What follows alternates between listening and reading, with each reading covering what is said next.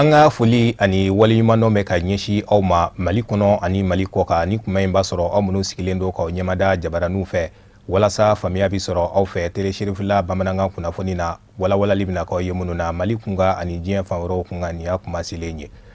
Nanzarala tɔnba Union Européenne ka maa ɲɛma mun ka baara bɛ ɲɛsi nanzaralatɔ ani tɔn wɛrɛw ci ɲɛnabɔliw ma u k'a ma ko Frédérica Mogherini a ye a jira tɛnɛ tɛmɛnen an ka jamana faaba kɔnɔ k'a fɔ u na euro wari miliyɔn 50 bila G5 jamanaw ka bolo kan walasa u ka finitigilakaw u n'a fara ɲɔgɔn kan ka kɛlɛbolo dɔ labɛn u tɔgɔ la o na kɛ sababu ye ka banbaciya walew kɛlɛ ka bɔ u ka jamana kofɔlenw kɔnɔ. Musa Fɔnba a bɛ walawalali cɛman kan ye. Federica Mogherini a ye a jira ka dantigɛli dɔ senfɛ Mali faaba la Bamakɔ kɔnɔ k'a fɔ nanzarala tɔnba Union Européenne bɛna euro wari miliyɔn 50 ta k'o kɛ dɛmɛ ye ka ɲɛsin farafinna cɛcɛ ka na duuru jamana kɛlɛbolo bɔlen mɔ Bamaji kɛlɛ kadira kɔnɔ. An ka ministre min bɛ Mali jamana kɔnɔ ni a ɲɛsin bɛ Mali ni jamana wɛrɛ ni ɲɔgɔn cɛ kun ɲɛnabɔ ma Ablaye Diop o y'a jira a fɛnɛ ka dantigɛliw la k'a fɔ farafinna cɛcɛ ka na jamana duuru G5 Sahel kɛlɛbolo a bi sigi sen kan don min na u kun ye maa 5000 de fara ɲɔgɔn kan ko nka k'u bilama na bɛ dɔ fara maa hakɛ ka kɛ maa 10,000 ye. Mali, Burkina, Mauritanie, Niger ani Tchad ma ɲɛmɔgɔw u kɛlen ka ɲɔgɔn sɔrɔ u bɛɛ n'a ka fɔ dɔ ka fara maa hakɛ kan. Federica Mogherini ni nanzarala tɔnba Union Européenne ma ɲɛma don a ko ni euro wari miliyɔn 50 min kɛtɔ filɛ nin ye dɛmɛ ye ka ɲɛsin farafinna cɛcɛ kana jamana duuru kɛlɛbolo mɔ Bamaji kɛlɛ kadira kɔnɔ. A n'a kɛ sababu ye G5 Sahel jɛkulu in a dɛmɛbaa minnu fɛnɛ bɛ yen ni o ye baɲumankɛla ka wɛrɛw ye min tɛ nanzarala tɔnba Union Européenne ye. Nin n'a kɛ sababu ye k'olu yuguba ka baaraw teliya.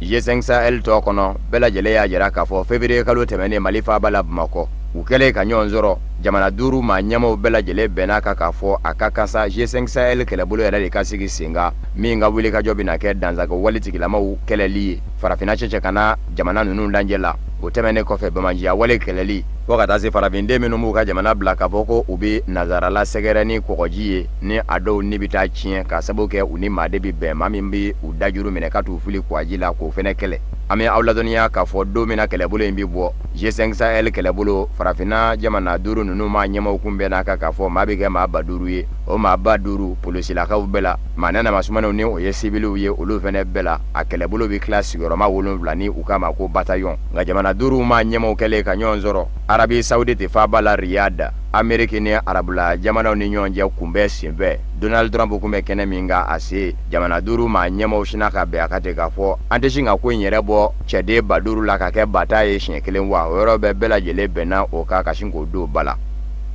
Den sago yɔrɔ min bɛ sigida 6nan na Suite UNICEF kɔnɔ walima i k'a fɔ ko pouponnière u ye dɛmɛ sɔrɔ ka bɔ tɔn dɔ yɔrɔ la tɔn min bɛ n'a bɛ wele ko association Sahadiya u ye o waleɲuman in kɛ k'o kɛ baara ɲɛbila ye ka ɲɛsin alakira mɔdenkɛ Imam Hasani ka bɛn n'o ka bangeni san kunbɛw ye. Baara ninnu bolodaliw fɛ ka bɛn ni tarata donya ye juin kalo tile 6 o mun senfɛ tɔn in ɲɛma caman kun yera a kɛnɛ kɔnɔ. Musa Fɔnba a n'a ka jatala Baba Keta an ka ɲɛmada u ka sɔrɔlenw fɛ.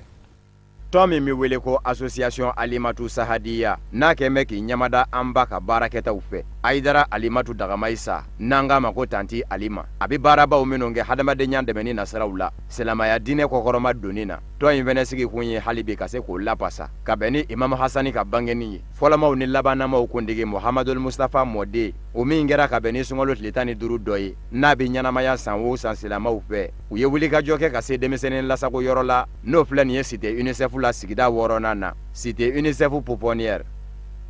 Association in objectif ye komi an bɛ ka an ba yɛrɛ de imiter n'o ye Madame Haidara tanti Alimatu Dagamayisa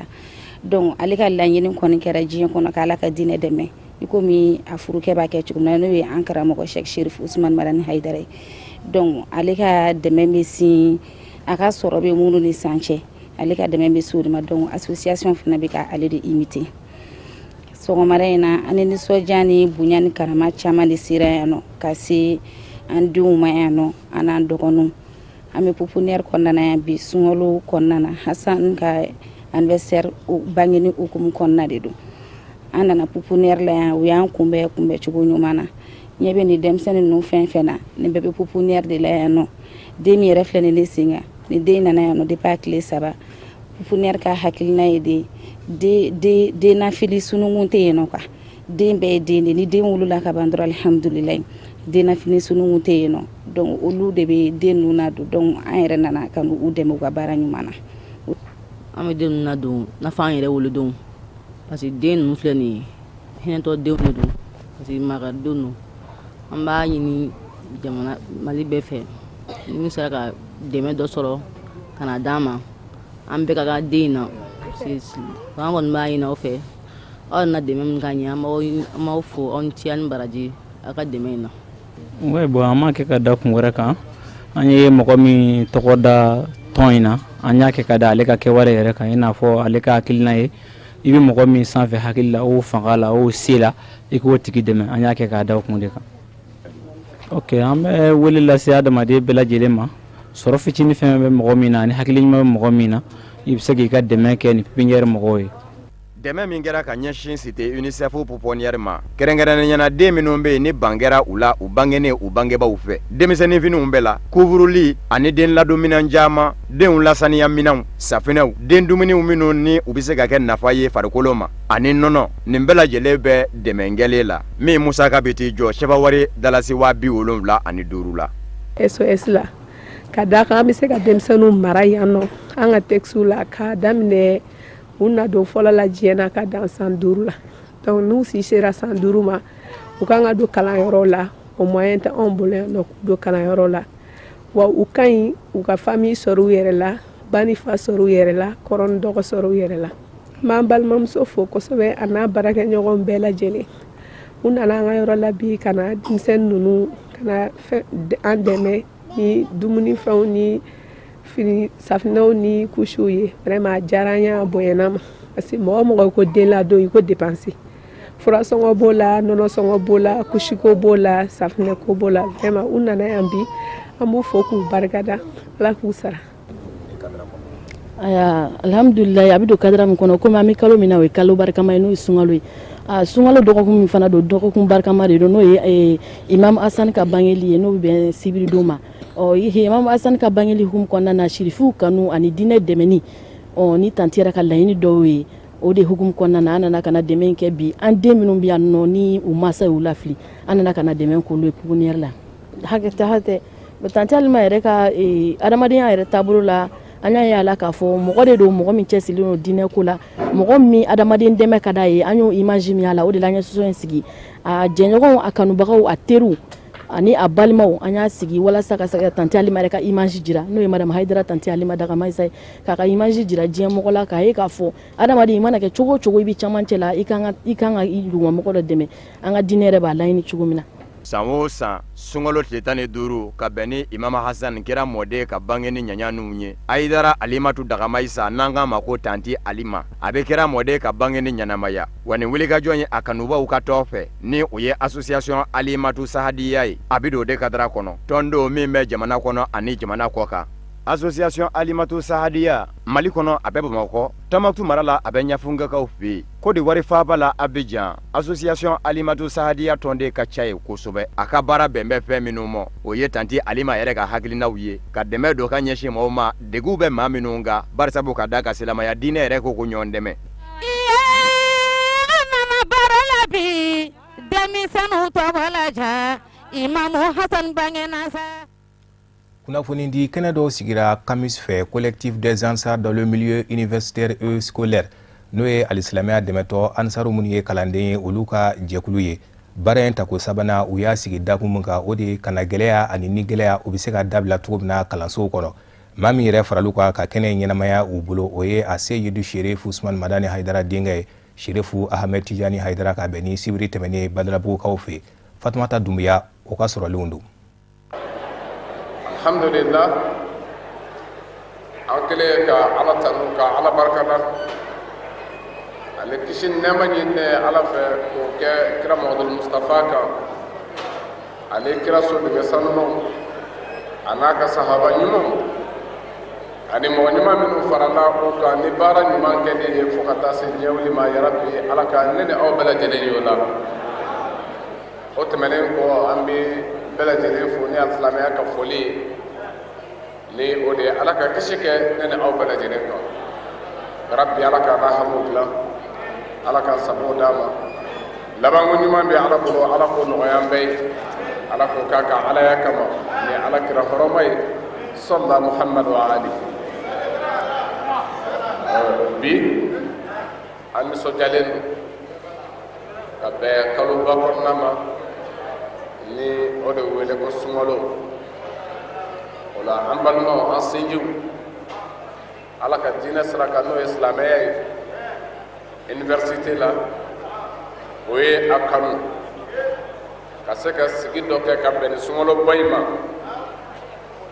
k'a kɛ hakilijigi ye k'a kɛ miiri ye bɛɛ ye ni o de ye dakuruya fila ka sɔrɔ ka se ka fɔ ala ta la ekɔlidenw ani ka fara u ka ɲɛmɔgɔw kan olu de na organiser san o san o b'a laɲini karamɔgɔ ka na fara u kan ka kɛnɛ ɲɛnamaya o la karamɔgɔ a bɛna a nana san caman na ɲina a y'a ɲini an ka na an sen jɔ a pilasi la alhamdulillah an nana ka se ka dakuruya fila wajibi kɛ thème min bi an bolo bi o de ye fɛn min bɛ yen a ka ca la k'a to jɛkulu la k'a to société la k'a to jamana kɔnɔna la k'a to yɔrɔ o yɔrɔ a ka ca la o ɲɛta a bɛ gɛlɛya a ka ca la ni a donna hali jɛkulu la min ni hɛrɛ tun bɛ yen a ka ca la a b'a hɛrɛ bi o wele cogo di azul ko tɔɲɔli tɔɲɔli a mana kɛ yɔrɔ o yɔrɔ ye hali ni hɛrɛ tun bɛ yen a ka ca la a tɛ wara yɔrɔ si ko wali hakɛw bɛ pɛridi fo tɔɔrɔ ka yen yɔrɔ sɔrɔ o de la an y'an labɛn bi ka bi thème kɛ a ye ne ni aw mɔgɔ sɔrɔ an bɛɛ ka nafa sɔrɔ an ka ɲɛnamaya kɔnɔ an ka ɲɛnamaya kɔfɛ ka taa o fɛnɛ nafa sɔrɔ ala bolo lahara ni o ye alijinɛ sɔrɔli ye o la karamɔgɔ a ko n'an sera kɛnɛ ka yan ko k'a ka foli kɛrɛnkɛrɛn ekɔlidenw ye ani u ka ɲɛmɔgɔw ye u ka professɛriw ani minnu b'o encadré k'a ka foli lase u bɛɛ ma a n'a ka dugawu don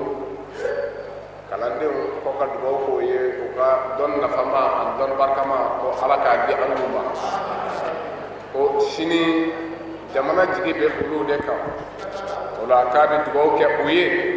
mun ka sɔrɔ o jigi tali a fanga a se a hakili ko ala ka o nɔgɔya an n'u bɛɛ lajɛlen ye kalan min ni an b'a kɛ ala ka barikaw don o la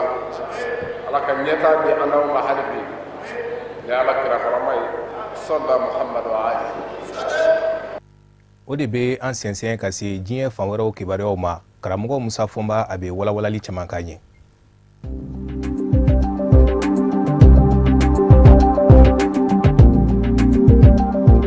Kolowarikaw ka jamana ɲɛma Alassane Dramane Ouattara de bɛna kɛ farafina jamana ɲɛma fɔlɔ ye min bɛna bisimila François Hollande nɔnabilaba fɛ Faransi jamana ɲɛma Emmanuel Macron dimanche don juin kalo tile 11 nata maa filaw ni ɲɔgɔn cɛ cakɛɲɔgɔnya min bɛ Faransi ni Kolowari jamana ni ɲɔgɔn cɛ kuma ɲɔgɔnya bɛna kɛ o de kan kosɛbɛ nka ɲɔgɔnye in yɛrɛ fana maa minnu ye jamana filaw ni ɲɔgɔn cɛ jateminɛbaw ye u y'a jira k'a fɔ a nafa ka bon Kolowari jamana kan fɔlɔ n'i ye Kolowari ta i b'a ye k'a fɔ a bilama bɛ gwɛlɛya danganba de la k'a sabu kɛ a ka nafasɔrɔ sira yɛrɛ bɛ fɛn min na ni o ye chocolat lasulu ye kakao o sɔngɔ binnen don diɲɛ sidigenna ni sugubaw la o kɛra sababu ye ni ka jamana ɲɛmaw yɛrɛ ka caman bɔ u ka musakaw la wa Alassane Dramane Ouattara yɛrɛ jamana ɲɛma kɛmɛ ka wuli ka jɔ kɛ diɲɛ sidigenna ni baɲumankɛlakaw nɔfɛ walasa euro wari miliyari 1 a bɛ se k'o dɛmɛ sɔrɔ wa a ka o munumunu zalo in diɲɛ ɲɛfɛ dɛmɛ ɲini na o de bɛna taa poyi Emmanuel Macron Faransi jamana ɲɛma kura kan kuma wɛrɛ min fɛnɛ bɛ yen ni da bɛna don o la maa filaw ni ɲɔgɔn cɛ o ye Kolowari jamana bilama a kɛmɛ ka cɛsiribaw minnu kɛ walasa juruw minnu bɛ a la ni baɲumankɛlakaw ka jurudonnenw don a juru ninnu bɛ se ka bin ka bɔ u dala cogo min ni ka laban ka yiriwa sira dɔw ci Kolowari jamana ye u k'a ma ko contrat de de désendettement et de développement C22 o tegeno blara ko wari jamana ni France jamana ni nyonje do ndemeno na kuma bina ke o fene ka fando fene fe anafa ye fe menye France jamana ka Alassane Dramane Ouattara ka France jamana tali abeke sababu ye Emmanuel Macron akado ngafo aniko wari jamana ni nyonje jamimbe uni nyonje kunu o jakele de baby ne mami mase ko famu abeke sababu ye ka barada wɛrɛw de nudo jamana flaw ni nyonje barasabu ka daka bebe na France yɛrɛ ba don tigitigi ka fɔ ale bilama a ɲɛkɔrɔndɔ tale do Maroc jamana fɛ u ko fɛn min ma ko investissement ka nafolo mugu bɔ ka do wali jamana barada dɔw da fɛ bawo nafolo mugu min bɛ do wali jamana barada in da fɛ a tɔnɔ bɛ laban ka tila wa sɔrɔ bɛ kɛ nɔnɔbɔ de ye Maroc jamana kɛn bɛ ka France jamana ɲɛkɔrɔndɔ ta o la farafinna jamana caman kɔnɔ kolowari bɛ o la o kumana France jamana b'a fɛ jɔyɔrɔ min kɛn bɛ ka taa k'a dan ani Maroc jamana ni ɲɔgɔn cɛ k'o segi a ma n'a ka baara bolo dalen ɲɛ min bɛ wele a yɛrɛ fɛ ko aide publique au développement APD.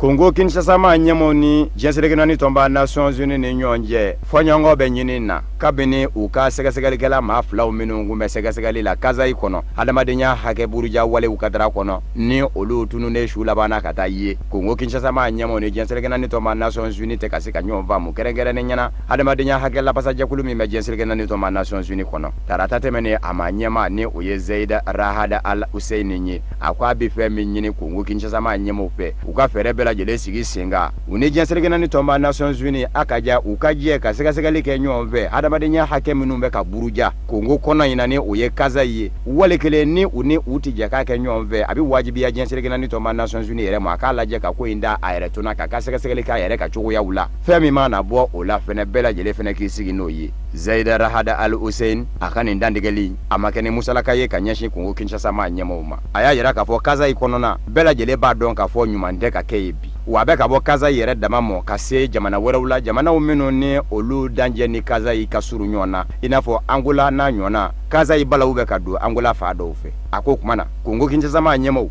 nu sona yani juin ka lotle segi nche ka fere sigi singa unolu ka je ka segasegale ke nyomve hadamadenya hake buruja wale ka kaza ikono kerengere ne nyana olu yoro ka hadamadenya hake la pasa jekulu segasegale ke la mafla menu ndununa ni olu shula bana ka ye olu fara fa chugo mina olu ba fa bela jele ka se ka jeya ni Congo Kinshasa ma nyema obi je na ye u ka fara nyonga ka ke nyomve afora bana nu tesa omo abi wajibi ya jenserekena ni tomba Nations Unies yere ma ki jo ajoro la fere o minu ba yere bolo ano fere o sigi singa ninga ka segasegale ke ayere ye bibi ngoni na France jamana ni Sweden jamana ani America jamana olu cha mangeme ka segasegana ta kanyeshin Congo Kinshasa ma nyema uma ka fo jenserekena ni tomba Nations Unies ka hadabadenya hake la pasaje kulu segasegale gela ma afla minu ndununa nu shula bana kata ye ni kwa sada ina Congo Kinshasa ma nyema na me jadota ka jira ka fo la dala jekulu mi me kono ina kaza ikono ko o maude ye nazara fulani nu mine kufa ku jaw jira fo ka labana ka fo ko uka kiribina sigi singa ko lu siga me Congo Kinshasa ma nyemo yeru de la no ya sorla ukende ka bugu da yoro do uka ku yere ko dugu fa do fe barasa bu ka daka maminu minana akuku ngoro Congo Kinshasa ma nyemo fe uka kiri da yele la do mina yoro bela jele la uyekiri bo ajwa goro ka bigende ne nata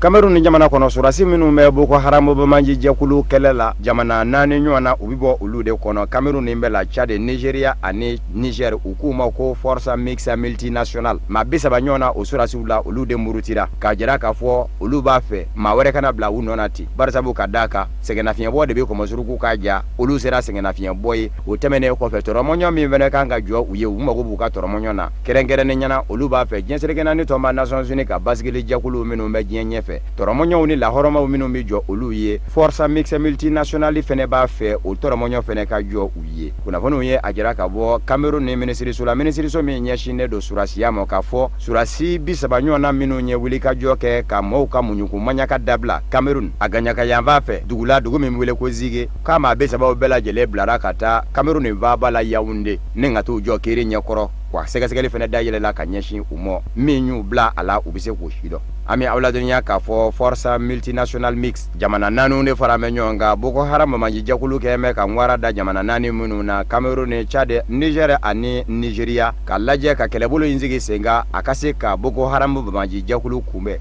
abilama ma batande be akono kelechewula nga ukala nyini de ye jesere nani to manda Nations Unies ka basigile jakulu ka la horoma minu mi jo oye uma gobo fenena o ka jo uyeru ye jamana nanu nga kelebulu ingono.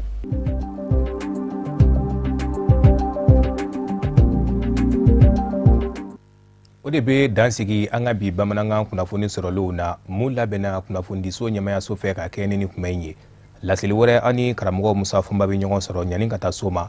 aw k'an bɛn.